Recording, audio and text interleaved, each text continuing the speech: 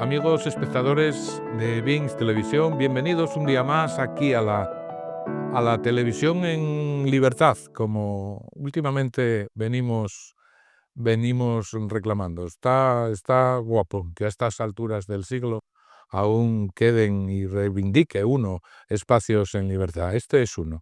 La televisión, Bings Televisión, es uno de esos espacios en libertad.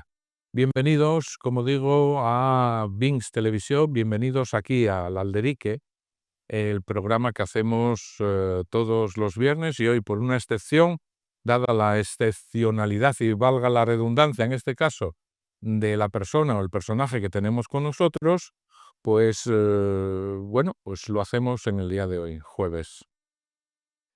Hoy tenemos con nosotros a una persona que viene a presentar su último libro aquí a Vilés. El título del libro es El tiempo de María y su autor, lo verán ustedes ya en el plano, es el señor Jorge Fernández Díaz, a quien damos la bienvenida a Asturias. Así que bienvenido, Jorge, y bienvenido a este plató de televisión. Muchas gracias, Juan. Para mí volver a Asturias evoca para mí tiempos muy felices, hace años. Luego hablaremos de ello, luego hablaremos un ratín de su paso, ministro, por Asturias.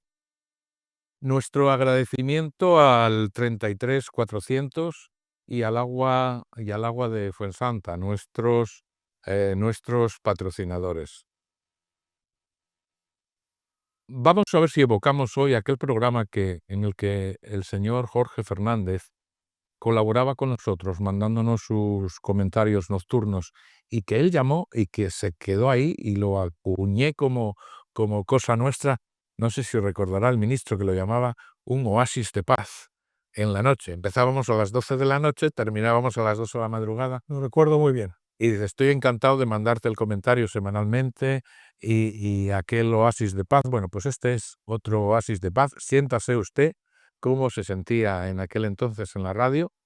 Y vamos a empezar a lo que hoy le trae a usted aquí a Asturias, que es la presentación de su libro, El tiempo de María. Díganos en principio, si usted quiere, lo que quiera, así concretando lo que usted vea que debe de concretarnos, y luego yo le haría ya la primera pregunta acerca del libro en cuestión. Cuéntenos, ¿qué es el tiempo de María, Jorge? Bueno, el tiempo de María, muchas gracias, Juan, por esta invitación y a estos estudios tan amables, ¿no? Que me acogen, ¿no? Bueno, el tiempo de María, el título del libro, lo he tomado de una definición que dio el Papa Pío XII cuando se cumplió el centenario de la definición del dogma de la Inmaculada Concepción, el 8 de diciembre de 1954, que era Papa Pío XII, como decía, ¿no? Y él escribió entonces que estaba viviendo un tiempo que él denominó como la era de María, el tiempo de María, la era de María, caracterizado por las muchas mariofanías, es decir, apariciones, manifestaciones, revelaciones de la Virgen María a la humanidad. Y que él establecía, además, es el comienzo de la era de María, decía Pío XII, pues en 1830, con ocasión de una muy conocida aparición de la Virgen a la hoy Santa Catalina Labouré en la Guy du Bac de París, en 1830, ¿no? Y el Papa Pío XII, repito, en 1954, decía que eran múltiples las mariofanías que se producían. Hoy, que han pasado pues 70 años de entonces, debo decir que la multiplicación ya es exponencial, ¿eh? Y entonces, pues yo aquí en este libro he pretendido hacer un repaso de las principales mariofanías que se han producido en la filla de la Iglesia, la hija primogénita de la Iglesia, que es Francia, en el siglo XIX, y por qué. Y en España, por razones obvias, España tierra de María, y aquí en la tierra de la Santina, ¿no? En el siglo XX, y por supuesto, pues no podía faltar Portugal Fátima, porque el siglo XX y lo que llevamos del siglo XXI, que ya estamos en un cuarto de siglo, 2025, ¿no? Pues no se entiende sin las apariciones de la Virgen en Fátima. Voy a reseñarles 4 pinceladas acerca del currículum de nuestro personaje de hoy, del señor Jorge Fernández Díaz. Permítanme. Jorge Fernández Díaz nace en Valladolid en el año 1950. Está casado con María Asunción, tiene 2 hijos y 3 nietinos. Es ingeniero industrial e inspector de trabajo. A los 28 años fue nombrado subdelegado en Barcelona del Ministerio de Trabajo y a los 29 delegado. Fue gobernador civil de Asturias, que luego hablaremos de su paso por Asturias, y de Barcelona. Ha asumido diversas responsabilidades en el Partido Popular Nacional y en el de Cataluña, que ha llegado incluso a presidir. Ha sido 3 veces secretario de Estado, también fue senador y fue vicepresidente tercero del Congreso de los Diputados. Fue presidente igualmente de comisión y fue ministro del Interior. Este es nuestro invitado de hoy. Vamos a seguir con su libro, Jorge. Defínanos al principio de su libro y defínanos para nuestros espectadores. ¿Qué es la teología de la historia de la que usted habla en el libro? Cuéntenos brevemente, que es denso el... Bueno, teología, teos es en griego Dios, ¿no? Es el estudio de Dios. Y la teología de la historia es estudiar la presencia actuante de Dios en la historia, partiendo de la premisa, como decía San Juan Pablo II, de que Jesucristo es el Señor de la historia, el alfa y el omega, el principio y el fin, ¿no?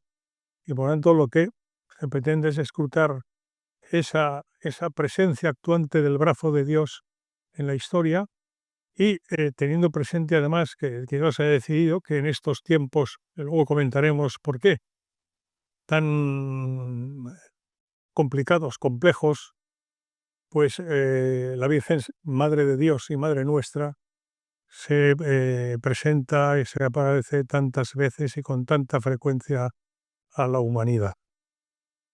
¿Qué motivos le impulsaron, Jorge, a escribir este extenso trabajo sobre las apariciones marianas? Antes de ayer celebrábamos todavía a la Virgen de Fátima, precisamente. ¿Qué le impulsó a escribir? ¿Cuál es? Bueno, sí, bueno, vamos a ver, yo he tenido una etapa presente en la vida pública durante 40 años, ¿no? Y ahora, bueno, pues estoy en otra etapa de mi vida. Y esa otra etapa de mi vida, pues digamos que la Virgen tiene en mi vida pues un papel muy especial, ¿no? Y he sentido la necesidad de escribir sobre ella, ¿no?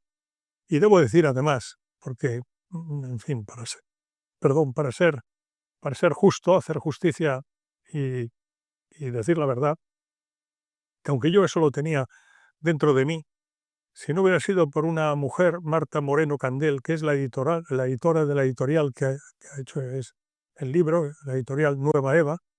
Nueva Eva es la Virgen María, ¿no? La primera Eva fue pues, la compañera de Adán, como sabemos, ¿no? Y el pecado original que nos introdujo el pecado en el mundo y que, bueno, pues de entonces somos naturaleza caída, ¿no? Bueno, entonces fue ella la que luego he conocido, porque me lo ha contado ella, ¿no? Yo no la conocía a ella. He conocido que ella llevaba tiempo buscando una persona, a ver si encontraba una persona que escribiera un libro sobre la Virgen María, un libro especial, ¿no? Dedicado a la Virgen María, ¿no? Y bueno, y una persona, un sacerdote, el padre Doñoro, fundador del Hogar de Nazaret y tal, pues que por lo visto se la conocía, le dijo que tenía que contactar conmigo, que yo se lo escribiría. A quien le dedica el libro, precisamente. Exactamente, por eso lo digo.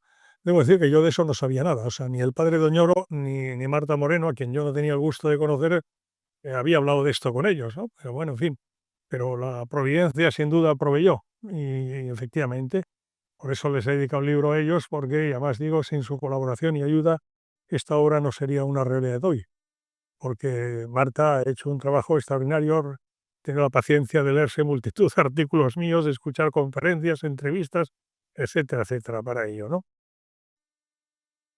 Habla usted de España, Francia y Portugal en el libro, 3 naciones importantes en la historia de la Iglesia. ¿Por qué se centra en estas 3 localizaciones y no otras? Bueno, Francia, como decía, Francia era considerada por la Iglesia, por los papas, como la fille aînée de l'Église, la hija primogénita de la Iglesia. Desde la conversión del rey de los francos Clodoveo, el día de Navidad del año 496, ¿eh? La, la segunda hija en antigüedad de la Iglesia es precisamente España, con la conversión de Recaredo, el 8 de mayo, día que ha sido elegido el Papa León XIV, ¿no? Si hay ocasión comentaremos alguna cosilla, pero bueno, lo que quiero decir es que Recaredo, pues con 80 años después, fue la conversión de Recaredo, que era el rey de los godos, ¿no? El rey, la dinastía reinante en España, los visigodos, que eran arrianos, y que en el tercer concilio de Toledo, el 8 de mayo del año 586, pues Recaredo hace constar que él se ha convertido en católico, en cristiano, ha dejado de ser hereje arriano, ¿no? Bueno, España es la segunda. Bueno, entonces la de Francia, porque la fille aînée de la Iglesia y porque la proliferación de revelaciones marianas, lo que se llama mariofanías, apariciones de la Virgen, ¿no? En Lourdes, en Fátima, en Medjugorje, en Garabandal, etcétera, en fin. Pues últimamente se han multiplicado, y se han multiplicado de manera muy especial en los 2 últimos siglos, hasta el punto de que se estima que un 80%, Juan, de las mariofanías de las que se tiene constancia en la bimilenaria historia de la Iglesia se han producido en los 2 últimos siglos, lo que automáticamente remite a la pregunta ¿y por qué? Pues por la Revolución Francesa. La Revolución Francesa de finales del siglo XVIII, y esto en el libro pues lo desarrollo, pues la Revolución Francesa marca un parteaguas en la historia. Hay 3 parteaguas en la historiografía. Es unánime la historiografía, ¿no? Donde está en fin, los historiadores, ¿no? Que hablan de un determinado, una determinada cuestión, un periodo de la historia, etcétera, ¿no? Un acontecimiento de la historia. Pues en la historiografía es común que en los 2000 años de la era cristiana se consideran 3 parteaguas. Uno es la caída del Imperio Romano en Occidente, finales del siglo V, otro es la Revolución Francesa y otro es la Revolución Bolchevique, el Octubre Rojo de 1917. ¿eh? Y luego otros autores pues añaden otros, en fin, cada uno, pero todos coinciden en que esos son 3 parteaguas. Bien, el parteaguas de la caída del Imperio Romano de Occidente dará lugar a que San Agustín escriba en su gran obra de Civitate Dei, la ciudad de Dios, el sentido cristiano de la historia.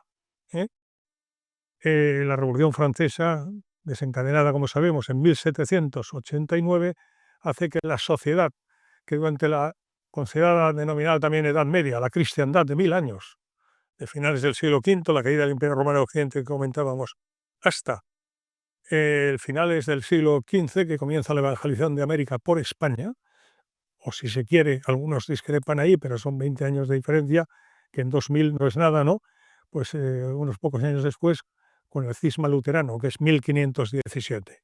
Esos 1000 años, la sociedad era teocéntrica, de teos, Dios, teocéntrica. Dios estaba en el centro de la sociedad. Era el centro, la medida y la referencia de la sociedad. La Revolución Francesa, el hombre desplaza a Dios y los derechos humanos desplazan a los derechos de Dios. Y pasamos de una sociedad teocéntrica a una sociedad antropocéntrica, antropos en griego, hombre.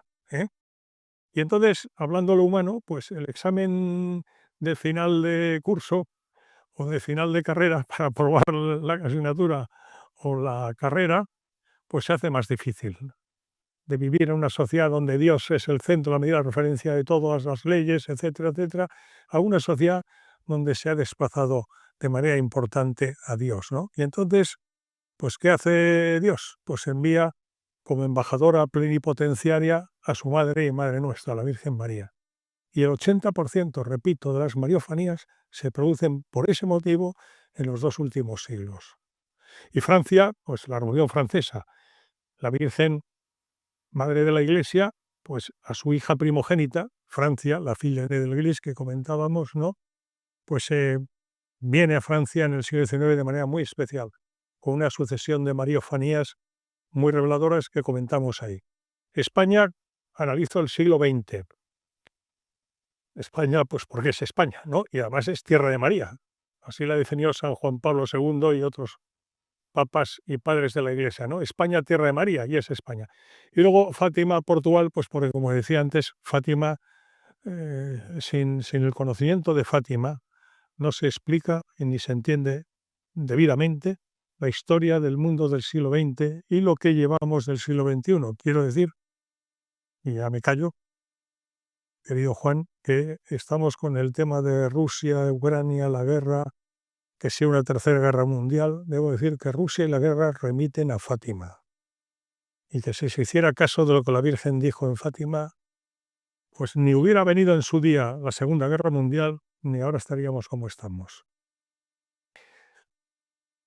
El cuestionario que tenía previsto de preguntas son preguntas para contestar ampliamente. Yo lo que le ruego, Jorge, es concreción entonces en las respuestas, porque son muchas las que nos quedan y tenemos una hora de programa.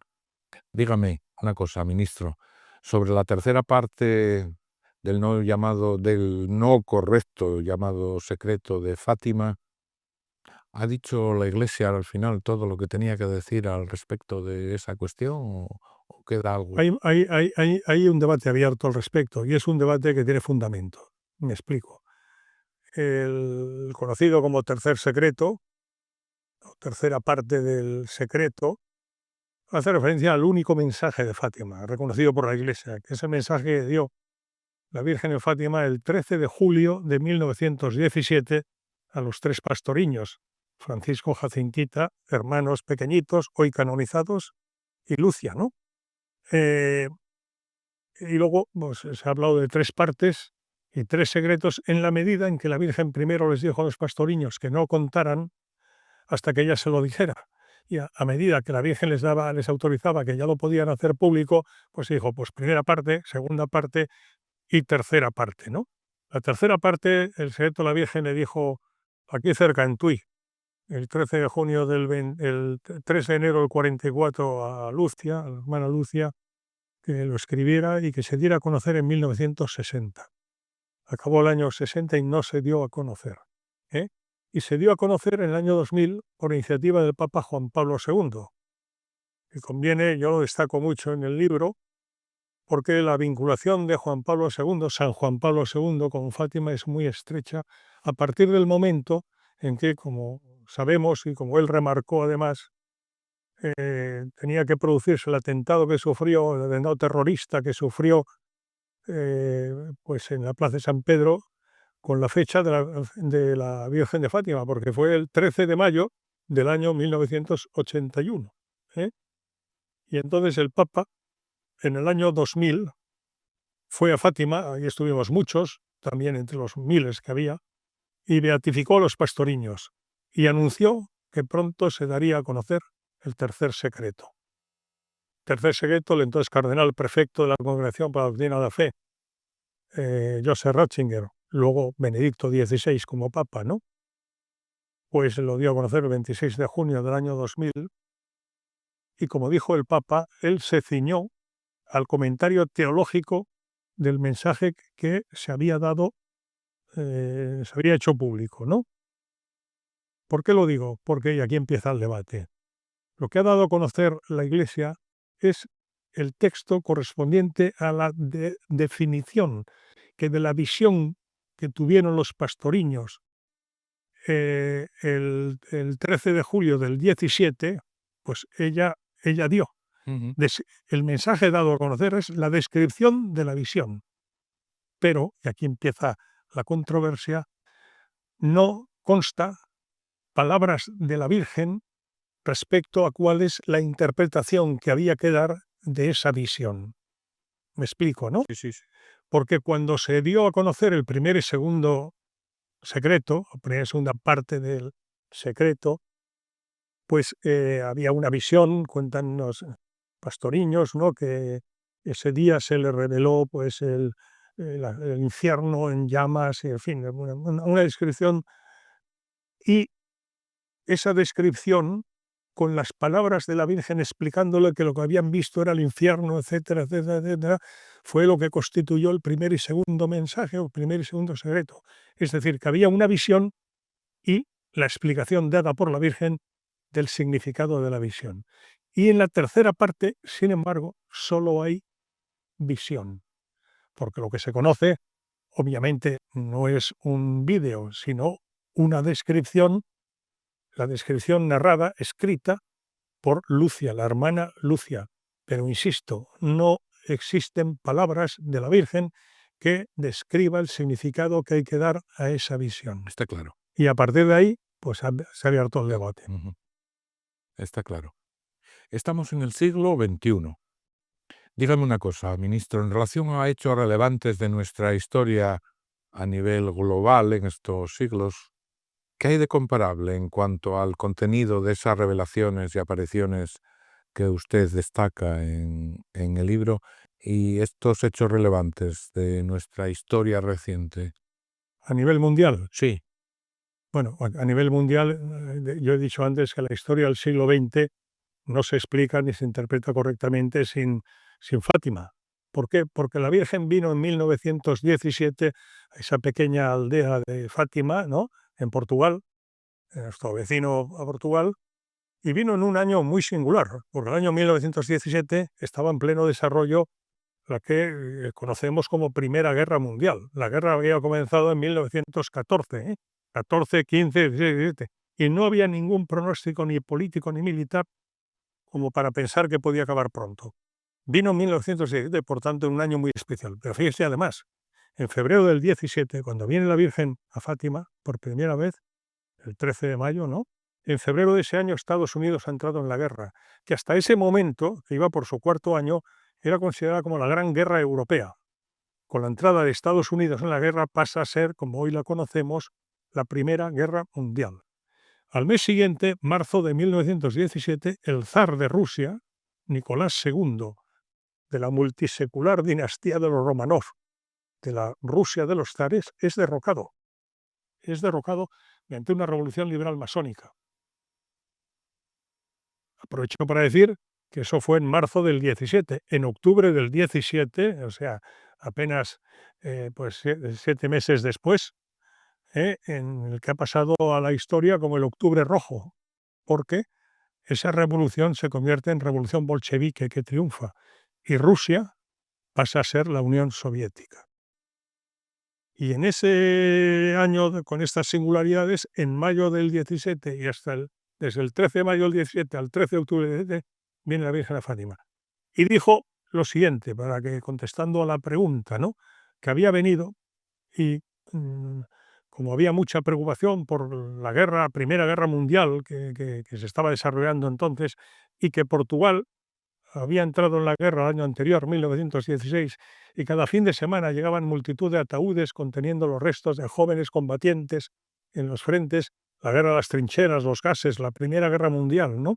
Y las mujeres, muchas mujeres, pues le dicen a los niños que le pregunten a esa señora, a la Virgen, ¿no?, que cuándo acabaría esa guerra, pues tenían a sus maridos, sus hijos, sus hermanos en los frentes de batalla, ¿no? Y la Virgen, el 13 de julio, el 17, les dice que esa guerra acabará pronto. Así fue, acabó el año siguiente, contra todo pronóstico. Pero añadió, pero las guerras son consecuencia de los pecados de los hombres, dice la Virgen, y si no hay conversión, vendrá otra guerra mayor, la que será la Segunda Guerra Mundial. Y sin duda, conociendo desde el eterno presente de Dios, comunicado a la Virgen que no habría conversión, añade una gracia especial, ¿no? Si aunque no haya conversión, bueno, pues si no hay conversión, plan B. Plan B, que el Papa consagre Rusia en comunión con todos los obispos del mundo a mi Inmaculado Corazón, para evitar lo que sería la Segunda Guerra Mundial. Ojo que no pidió que le hiciera la consagración ni Hitler ni Stalin, para entendernos. El Papa, en comunión con todos los obispos del mundo, consagrar a Rusia a su Inmaculado Corazón. Bien, por tanto, no se le hizo caso a la Virgen y vino la Segunda Guerra Mundial. La historia del siglo XX, sin el desenlace de la Segunda Guerra Mundial y el desarrollo de la Segunda Guerra Mundial, hubiera sido otro. Y debo decir que a pesar de eso, pues, pero no hay tiempo ahora, lo desarrollo en el libro, ¿eh? Pues la Segunda Guerra, en la historia militar de la Segunda Guerra Mundial, hay un mes, que es el noviembre de 1942, en el que cambió el signo de la Segunda Guerra Mundial y, por tanto, la historia de la segunda del mundo del siglo pasado. Y lo desarrollo en el libro, por una consagración que hizo el Papa que reinaba entonces en la Iglesia, que era Pío XII, y que había sido ordenado obispo, precisamente, ese qué coincidencia, la misma mañana 13 de mayo de 1917, en que la Virgen por primera vez venía a Fátima. Bueno, entonces, la Segunda Guerra Mundial, sin y su desenlace, sin Fátima, no se entiende. No, hubiera sido otro.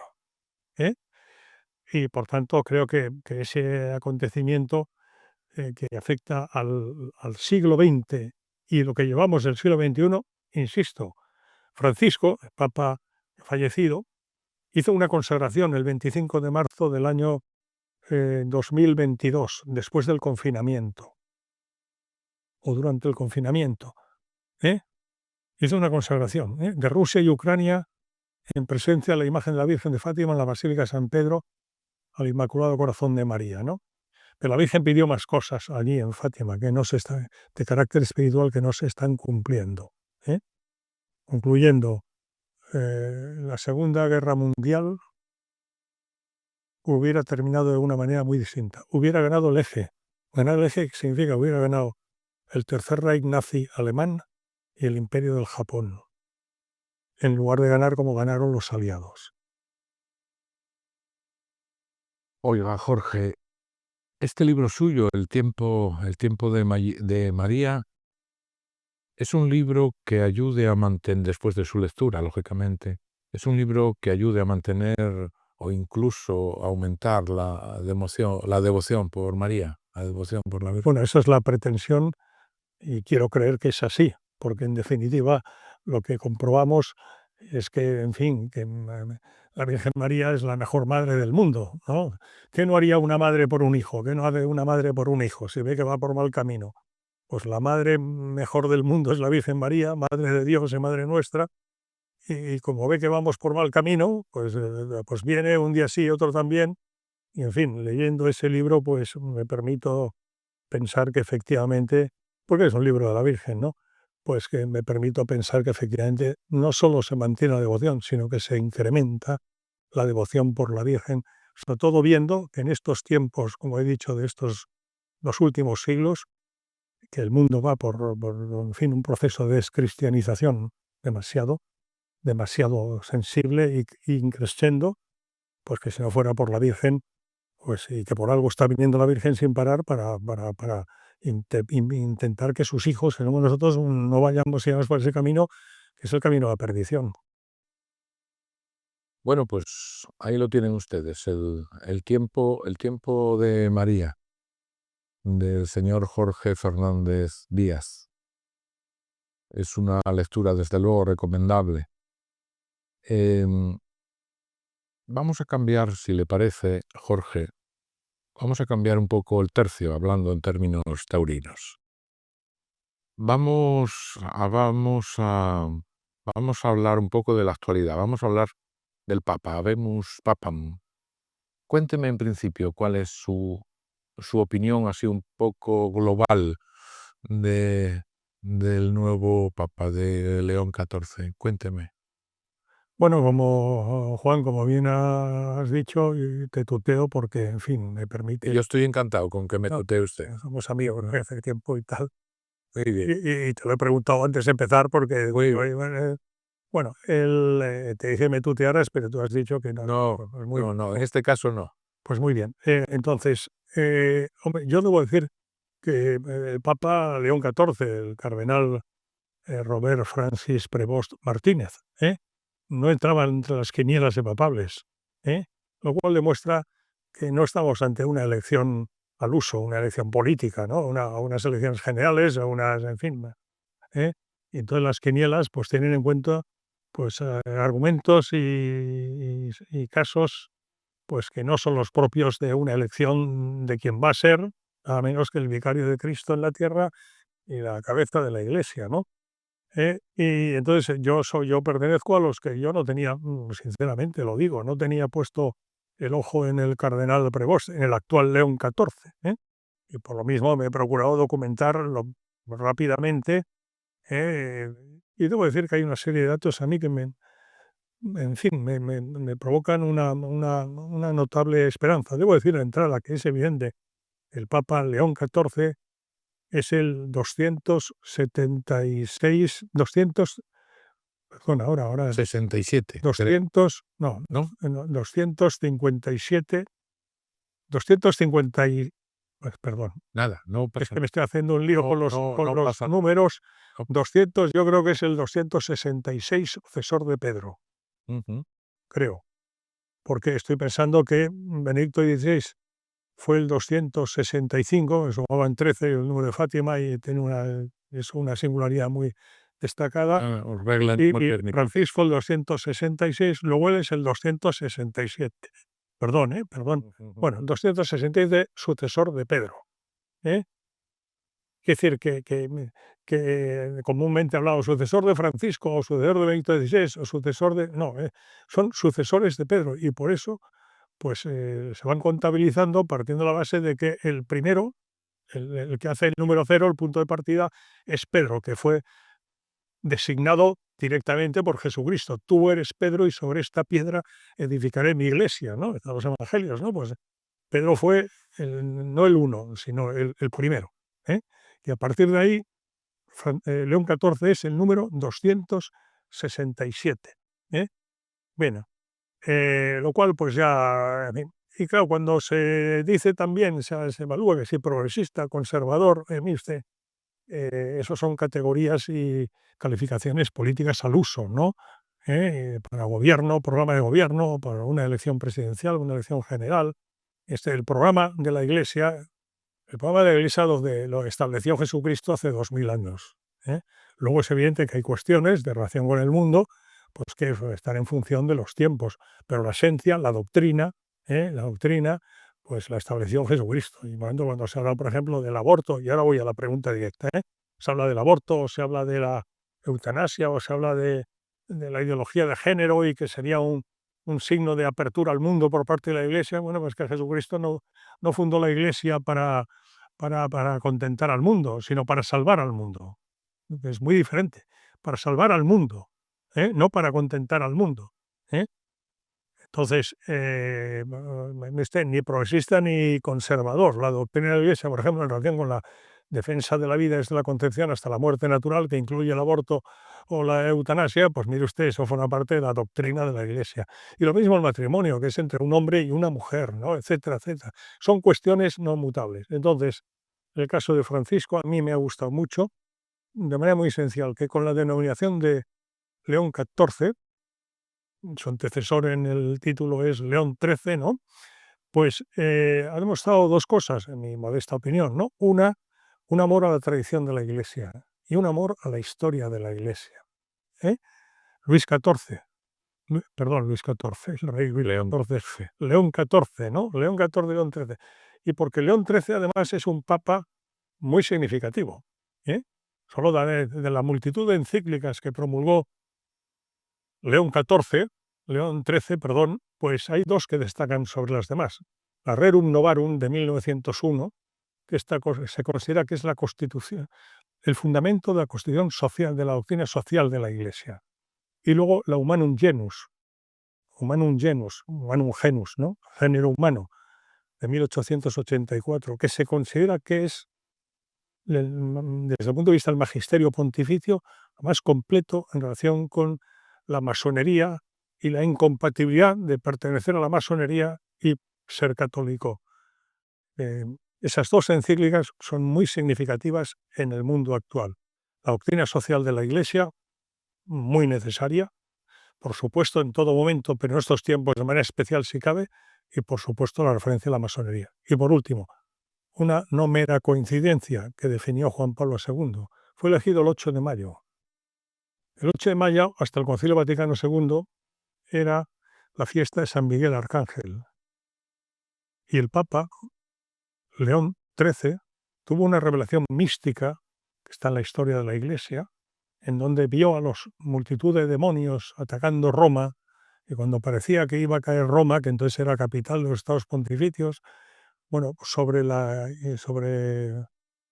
Iglesia, ¿no? Pues aparece el arcángel San Miguel y envía a Satanás y a todos los diablos al infierno, ¿no?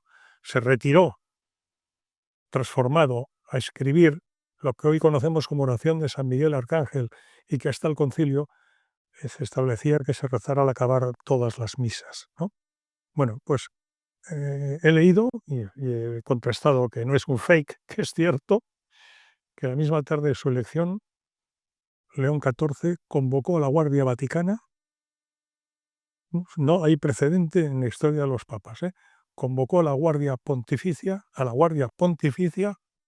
en pleno, tuvo con ellos un buen rato y lo que les dijo en esencia fue que sabía que ellos eran los que tenían por misión proteger la vida del Papa, ¿no?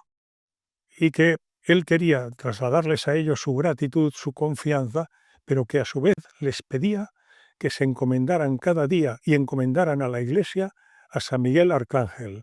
Y en la presencia de toda la Guardia Pontificia, rezó la oración de San Miguel Arcángel dictada en esa revelación mística por León XIII. Y me parece que es un hecho muy significativo. Que hablara del demonio y que ponga tan de actualidad la existencia del demonio, porque se dice que los exorcistas dicen que el mayor éxito que ha conseguido el demonio es conseguir que la gente, una gran proporción de la humanidad, crea que no existe, porque de esa manera se mueve con absoluta y actúa con absoluta impunidad. Ya casi contestó usted a las dos preguntas que tenía para hacerle ahora sobre el Papa. No obstante, voy a leer textual algo que el señor Fernández Díaz escribe en un diario nacional hace unos días. Y él dice lo siguiente, que ya nos habló ahora de ello. No es sucesor de Francisco, sino de Pedro. Y el nombre elegido y algunos gestos ya apuntan a un pontificado no meramente continuista. Volver a aparecer ante los fieles con las vestiduras habituales de los papas no es un signo menor, dice el señor Jorge Fernández Díaz. Como tampoco lo es ser denominado como León XIV, que remite directamente a León XIII, un papa con un magisterio pontificio muy denso y muy significativo para el mundo actual. Nos acaba de abundar Jorge en ello. Sigue diciendo usted en el mismo diario, y aquí nos va a explicar por lo menos la última frase de su comentario. Dice, digo porque yo soy un poco también torpe de entendederas. Yo creo que usted lo entiende, No. tú lo entiendes, Juan, demasiado bien. No, Se veo venir. no, no por otra cosa. El 8 de mayo, día de su elección, era precisamente su fiesta litúrgica hasta el concilio y rezada al acabar la misa por expresa disposición suya. Y esa misma tarde, León XIV convocó a toda la guardia, nos lo acaba de comentar el señor Fernández Díaz, a toda la guardia pontificia para rezarla con ellos. El diablo y la masonería. Para que quiera entender, que entienda, dice usted, para finalizar ese párrafo. Cuéntenos algo más de de esto que usted nos deja ahí entrecomillado, para el que quiera entender, que entienda. Bueno, pues Amplíelo. es que el León XIII, en esa encíclica Humanum Genus, he dicho que se considera que es la síntesis y el culmen del magisterio pontificio sobre la masonería. Y estamos hablando de León XIV. Y bueno, en esa encíclica Humanum Genus, pues el Papa León XIII pues habla de Satanás, del diablo y su vinculación con la masonería. y que pues el objetivo prioritario de la masonería pues es destruir a la Iglesia, destruir a la Iglesia. Y que como sabe que, en fin, Jesucristo pues en los evangelios dice que las puertas del infierno no prevalecerán contra ella, pues utiliza la táctica del caballo de Troya, de infiltrarse dentro y desde dentro intentar pues destruir la doctrina, porque sin la doctrina de la fe católica establecida pues, por Jesucristo en la revelación pública, después la tradición y el magisterio pontificio, pues no hay iglesia, ¿no? Y entonces resulta que León XIV pues, se remite a León XIII, León XIII a la masonería y León XIII a la oración sobre San Miguel Arcángel. Por cierto, que el día que tuvo esa revelación mística, ese episodio místico, el Papa León XIII, es que es historia de la Iglesia, fue el 20 de abril de 1884 y la encíclica Humanum Genus la publica 6 meses después, el 13 de octubre de 1884. Es decir, que después de esa revelación del diablo, a los 6 meses, y él estuvo de papa 25 años, desde 1878 hasta 1903, que falleció, pues había escrito muchas encíclicas, pero esa la escribió a los 6 meses de tener esa relación mística sobre el diablo y escribir esa oración a San Miguel Arcángel. El diablo, visión del diablo, oración a San Miguel Arcángel y encíclicas sobre la masonería, seguidas. Queda claro, ya no queda la interpretación del lector, ni mucho menos. Pero nos No, lo me acaba, parece que Juan lo hubiese entendido perfectamente, pero en fin, comprendo que nos lo acaba, leído el artículo, pues la nos lo pregunta... acaba de, nos lo acaba de, ha hecho un spoiler en tiempo pasado de ese artículo. Oiga, estoy encantado, con usted aquí en el plató. Pasaron 3/4 de hora ya, querido amigo. Tenemos 1 hora de programa, nos queda alguna cosilla más que comentar todavía. Incluso le he pedido, como al resto de los invitados, pues que nos recite al final del programa algo para Asturias, capital mundial de la poesía. Déjenme que les haga un apunte. Con la muerte de Francisco, que seguí en la tele, yo vi que todo el mundo manejaba un manual que me llamó la atención en alguna de las imágenes. Y llamé al ministro y le dije, ¿habrá posibilidad de conseguir ese manual? Y hoy, recién llegado al plató, lo primero que hace, casi sin darme la mano, es entregarme el manual que me hace mucha ilusión. Es un librito que me hace mucha ilusión tener por muchos motivos, que no vienen al caso ahora a comentar. Pero aquí está. Así que Claro, yo solo he pedido muchísimas gracias. a una persona que estuvo presente en el, en fin, en el funeral, la misa funeral por el Papa Francisco, y como yo sabía esto que estaba allí, pues le llamé y le dije, oye, por favor, Píllame uno. tengo mucho interés. Yo estuve en la de Juan Pablo II, estuve en la de Benito XVI, pero no he estado en esta, ¿no? Y entonces pues lo pedí, sabía que este amigo estaba allí y ya te ha sido muy amable y me lo ha entregado y yo pues Muchísimas gracias. cumplo lo prometido es deuda. Muchísimas gracias, Jorge. Muchísimas gracias. Encantado. Vamos a cambiar el tercio otra vez. Vamos a hablar un poco de su paso por Asturias como gobernador civil de Asturias. ¿Qué recuerdo guarda usted de Asturias cuando aquí fue precisamente eso, gobernador civil en aquellos tiempos, año 80, 81? Sí, 80-81, estuve un año. Es decir, era presidente del gobierno Adolfo Suárez, gobierno de la UCD, ¿no? Y yo fui nombrado en el Consejo de Ministros el 18 de julio del 80. Me acuerdo, decían, eres un hombre del 18 de julio. Digo, bueno, de 1980, ¿no? Luego juramos, pues somos un grupo, juramos un grupo de gobernadores, ¿no? Juramos el cargo en la Moncloa con Adolfo Suárez en el lunes 21 de julio del 80. Cogí el tren desde Madrid, llegué a Oviedo, a la Plaza de España de Oviedo, donde estaba el gobierno civil, y allí en el Salón del Trono pues tomé posesión. O sea que hace pues Pues 45 años, Casi nada. 45 años, 44 años, ¿no? Pues en fin, no, más bien 45, sí. Faltan 2 meses solo. Entonces, tengo un recuerdo maravilloso, lo reconozco, ¿eh? Lo reconozco, Juan, tengo un recuerdo maravilloso. Ese año para mí, pues, aunque han pasado 44, 45 años, pues está muy vivo. ¿Cuál prefiere, Jorge, no recordar? De todos esos recuerdos que puede usted atesorar en su disco duro humano, eh, ¿qué cosa no le gustaría recordar? ¿Y cuál sí? ¿Qué hecho fue el que recuerda con cariño de aquella época? Cuénteme. Bueno, con cariño recuerdo muchos, pero puestos a elegir uno, con cariño con tristeza, ¿no? De preocupación, más que tristeza, diré preocupación, porque aquí viví el 23F, yo lo viví en el gobierno civil, y lo recuerdo perfectamente, aquel día, la tarde del 23 de febrero de 1981, ¿eh? Eso lo viví en el gobierno civil y lo viví muy intensamente, porque el gobierno pues, estaba secuestrado en el Congreso de los Diputados. Voy a recordar que es que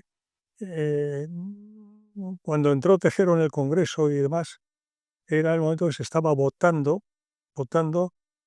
eh, la investidura de Leopoldo Calvo Sotelo como presidente del gobierno, porque Adolfo Suárez había dimitido de presidente del gobierno. Adolfo Suárez dimitió a finales de enero del 81, ¿eh? Y entonces, pues claro, en la democracia parlamentaria española pues era necesaria una investidura por parte del Congreso de los Diputados, ¿no?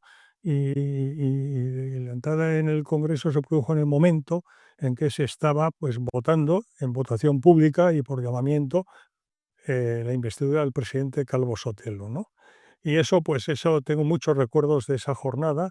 Recuerdo muy bien al entonces presidente del ente preautonómico asturiano entonces, que era Rafael Fernández, gran persona. Tengo muy grabado cómo enseguida hablé con él, por supuesto, y tal, y cómo se acercó luego al gobierno civil. Le recuerdo entrando en mi despacho que me avisaron, está aquí don Rafael Fernández, que pase, yo me levanté para saludarle, y le recuerdo a Rafael Fernández que estaba blanco, lívido el hombre. Me acuerdo y me dijo, gobernador, amigo Jorge, yo he vivido esto una vez en mi vida y no quiero volverlo a vivir. Se refería a lo que fue la Revolución de Asturias del 34 y después el comienzo de la Guerra Civil, ¿no? Gran persona, Rafael Fernández, ¿no? Un momento en el que no era, digamos, protagonista Asturias, protagonista nacional, ¿no? Pero que lo viví desde Asturias, con hondura preocupación, pero debo decir que Asturias, los asturianos se comportaron, como es habitual, ejemplarmente, civismo, tal, y no hubo particulares problemas. Hubo que tomar medidas muy singulares, dada la situación que se vivía, pero, en fin, tengo alguna anécdota de ese momento también, esa tarde en mi despacho con los tenientes coroneles de la Guardia Civil, grandes profesionales que mandaban las comandancias de Oviedo y de Gijón, me acuerdo muy bien, ¿no? Bueno, y luego un momento de especial felicidad es cuando el 24 de septiembre de 1980, en el Hotel de la Reconquista, se constituye la Fundación Príncipe de Asturias. Que, por cierto, una persona que yo conocí y que sigo estimando mucho y que sé que es muy querida, aquí tenemos Asturias ama la poesía, es Graciano García, ¿eh? Graciano García. Y a mí, el día que juré el cargo que comentaba antes, el 22 de julio del 80, en el Palacio de la Moncloa con Adolfo Suárez, al que acompañaba el ministro del Interior del momento, Juan José Rosón, recuerdo que después me hizo un encargo muy especial.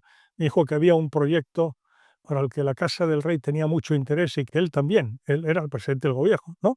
Y que me rogaba, por favor, que colaborara y ayudara a sacar adelante ese proyecto. Ese proyecto se llamaba Fundación Príncipe de Asturias, que entonces no existía, ¿eh? Claro, es imaginable perfectamente que yo, pues nada más llegar aquí, pues ese mes de agosto, pues no hice vacaciones, me quedé, pues lógicamente al pie del cañón, como era mi obligación, ¿no? Y con una ayuda muy especial de un obetense de pro, Sabino Fernández Campo, que era entonces secretario general de la Casa del Rey, ¿no? Pues estuvimos trabajando mucho respecto de esa fundación, Bueno, de tal manera que el 24 de septiembre, yo hacía escasamente 2 meses que yo era, con agosto por medio, gobernador civil, pues se constituyó la fundación, ¿no? Los reyes, el rey, la reina, don Juan Carlos, la reina Sofía, el príncipe don Felipe, príncipe de Asturias, tenía entonces 12 años. Yo me acuerdo muy bien, les fui a recibir al aeropuerto Ranón, que venían en 2 aviones diferentes por razón de seguridad, el rey en uno y en otro, pues la reina Sofía, doña Sofía, con el príncipe, ¿no? Subimos a Covadonga, desde Ranón.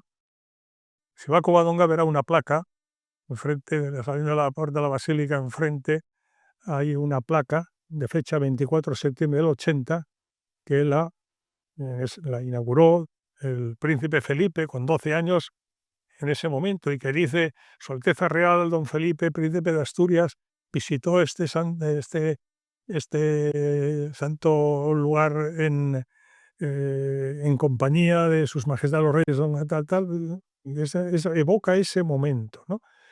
Por cierto, a la bajada de Covadonga paramos en Cangas de Onís, a gran muchedumbre aclamando a los reyes y demás, y no sé si se conoce o no, pero fue la primera vez, porque me lo comentaron los reyes, la primera vez que el príncipe Felipe, hoy rey Felipe VI, ¿no?, dijo unas palabras en público, porque él salió ante el cariño de la gente, salió al balcón y dirigió un hola y muy buenos días a la gente, ¿no? Luego, comiendo en Infiesto, que comimos a continuación en Infiesto, pues recuerdo que durante la comida me comentaron los reyes: es la primera vez que el príncipe, repito, 12 años, ¿no?, habla en público. O sea que fíjese la vinculación, viene para la constitución de la Fundación Príncipe de Asturias, al atardecer de ese día en el Hotel Reconquista de Oviedo, ¿no? Fue un programa intensísimo donde Asturias se volcó con los reyes y con el príncipe, ¿eh? Diré que al día siguiente, bueno, fuimos al entonces Regimiento de Infantería del Príncipe, que estaba en guarnición en Oviedo, y el príncipe de 12 años, vestido de recluta, fue nombrado soldado honorario del regimiento, ¿no? Y luego el ayuntamiento, y en fin, bueno, fue una maravilla. Ese es un recuerdo imborrable. Otro, por cierto, en este caso lo pongo yo, por cierto, agradecimiento especial y que se lo transmita al director del diario La Razón por el tratamiento que nos dan en el periódico cada año cuando llega el 21 de marzo.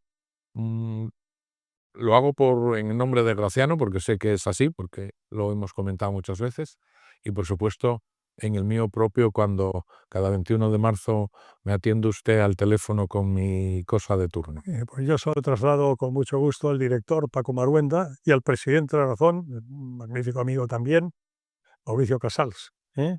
Es amigo también Y por supuesto, Chano, perdón, efectivamente, y Graciano García, me ha dicho: yo le conocí, tengo el honor de haberle conocido hace 45 años ya, al gran Graciano, ¿verdad? Y que tuvo mucho que ver, con la fundación, ¿eh? Él hombre, fue, hombre.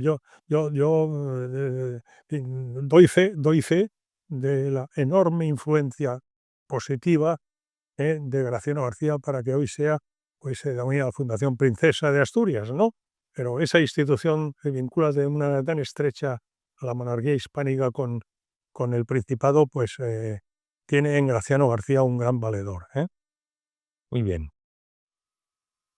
Hablamos de hoy, don Jorge, hablamos del día de hoy, hablamos de la situación actual. Cuéntenos, no podemos dejarle marchar del estudio sin que nos haga esa referencia. ¿Cómo están sus cosas desde el punto de vista político? Bien, sin novedad, ya sé a lo que se refiere, muy bien. Eh, llevo ya 5 años con esta cruz, ¿eh? Y, en fin, son gajes del oficio, ¿no? Está previsto para el año que viene, dentro de un año, abril, mayo del año que viene, el señalamiento de la vista oral. Y tengo confianza en la justicia y en que la verdad triunfe y salga a flote, ¿eh? Ujú.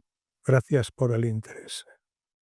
Muy bien, le sigo muy, muy de vez en cuando y bueno, pues eh, yo lo que le deseo, el cargo de ministro del Interior, todos los cargos de ministro son difíciles, pero el del ministro del Interior, yo siempre consideré de que era especialmente difícil. En todos los países. Sí, por muchas cosas, entre otras cosas, lo que uno siente a veces por su nación y por su...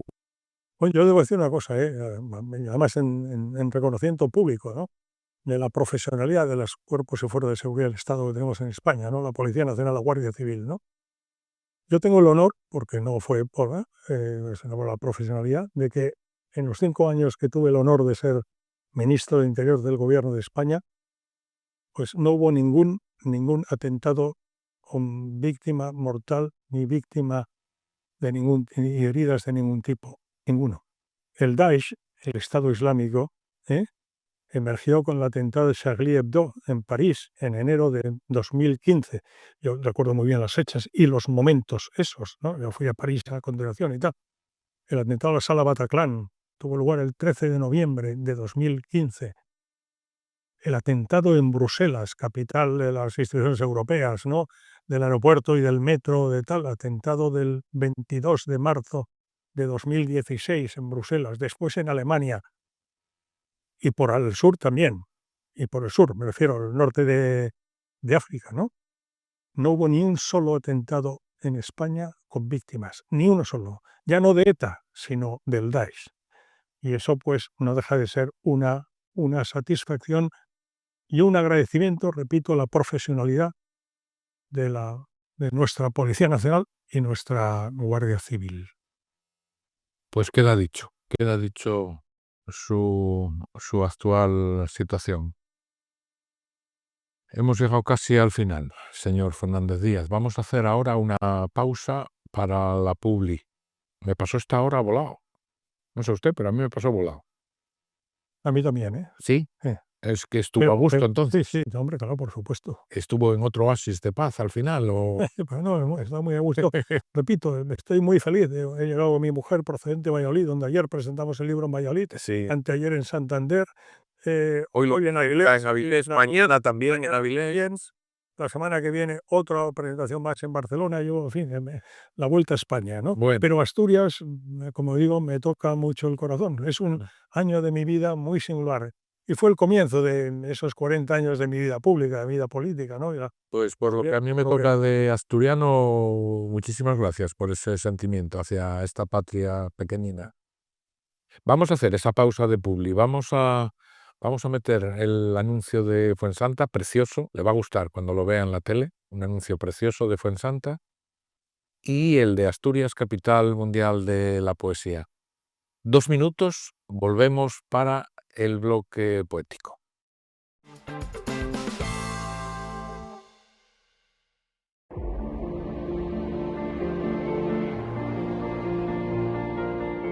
He dado vida a una tierra para convertirla en paraíso. He pintado de verde bosques, montañas y valles. Me he filtrado durante siglos para descansar a 300 metros bajo su piel. He cuidado a tus padres, a tus abuelos, a los abuelos de tus abuelos. He sido su medicina cuando aún no existían las medicinas.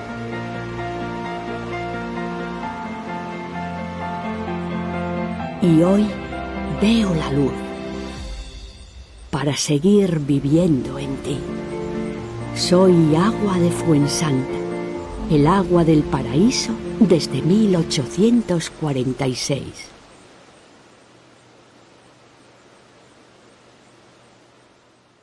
Cerca de ti, en 33 400 de Avilés. Probarás las mejores hamburguesas que jamás hubieras degustado y de máxima calidad, así como otros platos y menús internacionales. Aquí, en 33 400 de Avilés, muy cerca de ti. Te esperamos.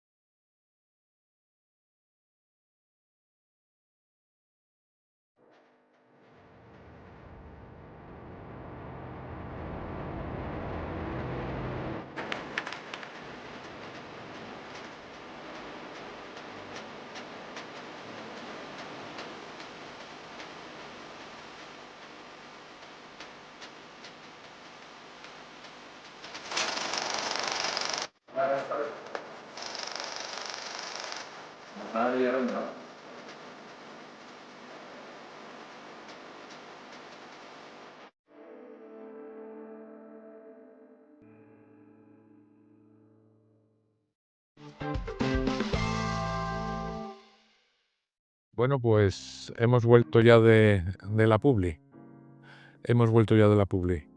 Estamos encantados aquí con el señor Fernández Díaz. Ha sido una jornada en la tele para mí maravillosa. Muchísimas gracias por haber Igualmente, para mí también. estado aquí con nosotros esta tarde. Y como siempre me hace caso Jorge Fernández Díaz, cada vez que le digo algo le he pedido que nos trajera un poema, que nos leyera un poema. Y le he preguntado ahora y me ha dicho que sí, que lo había traído. ¿Qué nos va a leer, Jorge? Pues uno que lo he buscado porque lo recordaba, pero no sé de memoria tampoco, ¿no? Uno escrito por José María Pemán, dedicado a la patrona de la localidad de Navas de San Juan. No las Navas de Tolosa, Navas de San Juan, de la provincia de Jaén, próxima a la Carolina, ¿no? Y que es la patrona de Navas de San Juan y que celebra además el 1 de mayo la fiesta de su patrona, ¿no? Y cuando la leí, la Virgen de la Estrella, pues yo recordé que me había gustado mucho y yo había estado por allí y tal, pues y entonces la he buscado y la he encontrado la poesía. ¿La leo? Sí, claro, por supuesto. Se titula Amanecer del 1 de mayo en Navas de San Juan. Escrito autor José María Pemán. Sobre una faja de añil, nube roja y claro rayo, junto a la sombra de mayo, se estaba muriendo abril. Un soplo alegre y gentil mecía la rosa bella, y mediando en la querella de la noche con el día, sobre los montes nacía, en vez del sol, una estrella. Qué guapo, qué guapo. Es que viene de una tradición de a caballo de los siglos XI y XII, según una revelación de la Virgen que tuvo un labriego que era famoso en la zona por su honradez, etcétera, ¿no? Y entonces a mí se me había quedado Muy guapo, y la he buscado para... muy guapo. Cuando salió elegido recientemente León XIV Papa, estos días atrás, desde su condición de agustino, yo que estudié en los agustinos, pues bueno, se me revolvió un poco el cuerpecillo recordando aquellos tiempos. Y nos enseñaron los agustinos, la rezábamos todos los días. Esta pequeña oración con la que quiero finalizar el programa de hoy, que dice así: Oh Madre mía, yo me ofrezco enteramente a ti y en prueba de mi filial afecto, te consagro este día mis ojos, mis oídos, mi lengua, mi corazón. En una palabra, todo mi ser. Ya que soy todo tuyo, oh Madre de bondad, guárdame y defiéndeme como a pertenencia y posesión tuya. Todos los días rezábamos esto por la tarde. Os diré una cosa, yo para... tengo mucha devoción por San Agustín y su libro Las Confesiones de manera muy especial, ¿no? Y yo recuerdo eso de San Agustín, es decir, nos has creado para ti, Señor, y nuestra alma no descansa hasta que no repose en ti. Y como me preguntaste antes por León XIV, debo decir, para que quede claro, que tengo una gran esperanza y me alegro profundamente del actual 267 sucesor de Pedro, León XIV. Estoy convencido que va a ser un gran papa para estos tiempos que vivimos en el mundo.